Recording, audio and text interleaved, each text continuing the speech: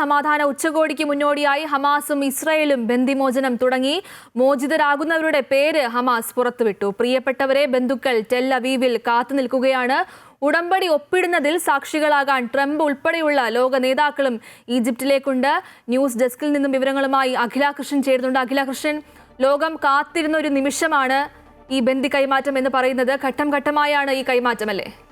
തീർച്ചയായിട്ടും 20 ബന്ദികളെയാണ് ആദ്യഘട്ടത്തിൽ മോചിപ്പിക്കുക എന്ന് നേരത്തെ തന്നെ വ്യക്തമാക്കിയിരുന്നതാണ്. അവരുടെ പേരുകളാണ് ആദ്യം ഹമാസ് പുറത്തുവിട്ടിരിക്കുന്നത്. 48 പേരാണ് ഹമാസിൻ്റെ കയ്യിൽ ബന്ദികളായി ഉള്ളത്. അതിൽ 20 പേരെ പുറത്തുവിടുന്നു. അതിലിപ്പോൾ മനസ്സിലാക്കുന്നതനുസരിച്ച് ഇസ്രായേൽ മാധ്യമങ്ങൾ നൽകുന്ന വിവരം അനുസരിച്ചാണെങ്കിൽ 7 പേരെ മോചിപ്പിച്ചിട്ടുണ്ട്. റെഡ് ക്രോസിലെ അംഗങ്ങൾ ഈ 7 പേരെ സ്വീകരിച്ചു കഴിഞ്ഞു. ഇവർക്ക് കാര്യമായ ആരോഗ്യ പ്രശ്നങ്ങളില്ല എന്നുള്ള വിവരം കൂടി പുറത്തു വരുന്നുണ്ട്. ഇതിനുശേഷം ഇന്ന് തന്നെ ബാക്കിയുള്ള 13 പേരെ കൂടി ഘട്ടം ഘട്ടമായി മോചിപ്പിക്കും എന്നുള്ള വിവരമാണ് പുറത്തു വരുന്നത്. ഈ വലിയ പ്രതീക്ഷയോടെയാണ് ടെൽ അവീവിൽ ഈ ആളുകൾ അവരുടെ ബന്ധുക്കളെ കാത്തുനിന്നത്. ഒപ്പം തന്നെ ഈ ഹെലികോപ്റ്റർ അടക്കമുള്ള സംവിധാനങ്ങളെല്ലാം കൃത്യമായി സജ്ജീകരിച്ചിട്ടുണ്ട്. ഇനി വളരെ പെട്ടെന്ന് ഈ റെഡ് ക്രോസിന് കൈമാറിയ ഈ ബന്ദികളെ അവരുടെ ബന്ധുക്കൾക്ക് കൈമാറുന്ന, അതായത് ഇസ്രായേലിന് കൈമാറുന്നതിലേക്കുള്ള നടപടികളാണ് നിലവിൽ പുരോഗമിക്കുന്നതെന്നാണ് മനസ്സിലാക്കുന്നത്.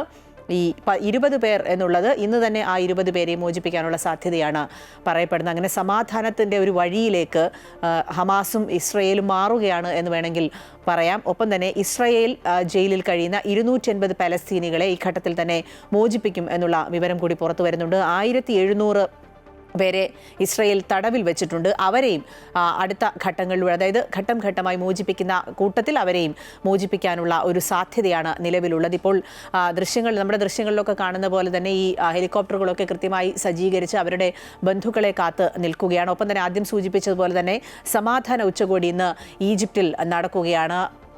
അമേരിക്കൻ പ്രസിഡന്റ് ഡൊണാൾഡ് ട്രംപിൻ്റെ ഒക്കെ അടക്കം അധ്യക്ഷതയിൽ ചേരുന്ന ഈ സമാധാന ഉച്ചകോടിക്ക് മുമ്പ് ഇത്തരത്തിലുള്ള നിലപാടെടുക്കുന്നു. ഒപ്പം തന്നെ ഈ സമാധാന ഉച്ചകോടി എന്നുള്ളത് ഒരു ചരിത്രപരമായ സംഭവമായി മാറാൻ പോവുകയാണ്. പ്രത്യേകിച്ചും പലസ്തീനിലും ഒപ്പം ഈ ഹമാസും ഇസ്രായേലുമായുള്ള യുദ്ധമൊക്കെ നടക്കുന്ന ഒരു പശ്ചാത്തലത്തിൽ ഇനി അത്തരത്തിൽ ഉണ്ടാകാതിരിക്കാൻ, അതായത് ഇനി അതൊരു കൃത്യമായ ഉടമ്പടിയായി മാറാൻ പോവുകയാണ്. അതുകൊണ്ട് തന്നെ സമാധാന വഴിയിലേക്ക് പശ്ചിമേഷ്യ മാറുന്നു എന്നുള്ള തരത്തിലേക്കാണ് കാര്യങ്ങൾ നീങ്ങുന്നത്.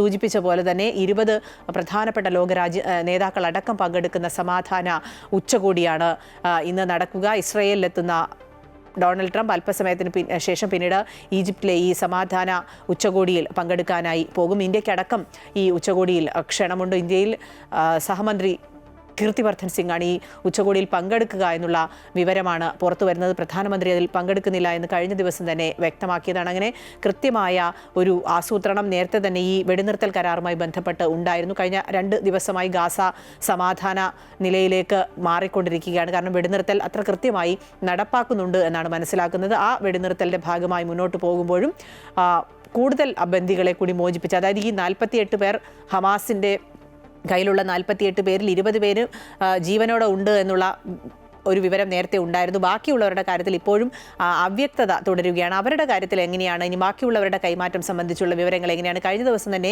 ഇസ്രായേലിൻ്റെ പ്രതിനിധി, അതായത് മരിച്ചു പോയിട്ടുള്ള ഈ ബന്ദികൾ ആരെങ്കിലും ഉണ്ടെങ്കിൽ അവരെയും ശവപ്പെട്ടിയിലെങ്കിലും ആക്കി തിരിച്ചെത്തിക്കണം, അവർക്ക് പിന്നീട് ഫോറൻസിക് പരിശോധന അടക്കമുള്ള കാര്യങ്ങളിലേക്കൊക്കെ പോകണം എന്നുള്ള തരത്തിലുള്ള റിപ്പോർട്ടുകൾ കഴിഞ്ഞ ദിവസം വന്നിട്ടുണ്ടായിരുന്നു. അതുകൊണ്ട് തന്നെ ഇനി ബാക്കിയുള്ള ഈ 28 പേരുടെ കാര്യത്തിൽ എങ്ങനെയാണ് തീരുമാനം എന്നുള്ളത് അറിയണം. ഒപ്പം തന്നെ ഈ 7 പേർക്ക് പുറമെ ഇന്ന് തന്നെ കൈമാറുന്നവരുടെ ആരോഗ്യസ്ഥിതി എങ്ങനെയാണ്? ആദ്യത്തെ 7 പേർക്ക് കാര്യമായ ആരോഗ്യ പ്രശ്നങ്ങളില്ല എന്നുള്ള വിവരമാണ് ആദ്യഘട്ടത്തിൽ പുറത്തു വരുന്നത്. പക്ഷേ ഇനി തുടർ പരിശോധനകളൊക്കെ അതുമായി ബന്ധപ്പെട്ട് ഉണ്ടാകും. ഒപ്പം തന്നെ ഗോപിക ആദ്യം സൂചിപ്പിച്ച പോലെ തന്നെ അവരവരുടെ ബന്ധുക്കളെ കാത്ത് ടെൽ അവീവിലൊക്കെ ആളുകൾ കാത്തു നിൽക്കുകയാണ്. ഈ കഴിഞ്ഞ 2023 ഒക്ടോബർ 7-നാണ് ഈ ബന്ദികളെ ഹമാസ് ബന്ദികളാക്കിയത്. അതായത് 2 വർഷങ്ങൾക്ക് ശേഷം കുടുംബത്തിലേക്ക് മടങ്ങിയെത്തുന്നതിൻ്റെ ഒരു ആഹ്ലാദം തീർച്ചയായിട്ടും ടെൽ അവീവിൽ അടക്കം ഉണ്ട്.